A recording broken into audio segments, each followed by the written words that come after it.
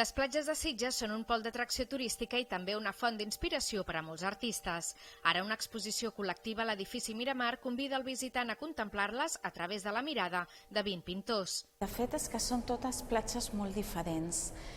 I no només per la llum que tenen, perquè sempre a Sitges es diu que els artistes han estat atraiguts per la llum que té Sitges, sinó també per la varietat. Alhora, com si fos una guia plàstica, els quadres de la mostra també animen l'espectador a visitar aquests espais naturals des de la platja de les Botigues fins a la platja de l'Home Mort. Crec que és una exposició molt original i, a part d'original, molt emblemàtica, perquè reconeixem totes les platges que molta gent no se'n recorda d'on està l'Enquina, on està les Botigues, i d'aquesta manera estan visibles i la tenen a la memòria.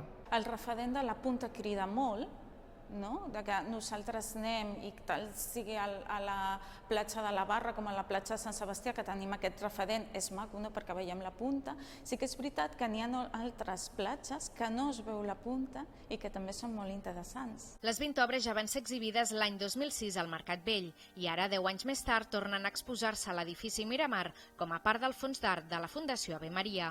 Les reproduccions d'aquestes creacions es poden adquirir en format de col·lecció de postals a un preu simbòlic en solidaritat amb la institució sitgetana. A l'Ave Maria, si tu vas, demanes i et venen les postals, que són 2 packs, 10 i 10, i és una cosa que per fer un regal és molt maco. I a més et queda un record. Lluís Barbadillo, Blanca Benítez, Pilar Mena o Artur Duc són alguns dels artistes participants en aquesta mostra artística i solidària. L'exposició es pot visitar fins al 18 de setembre.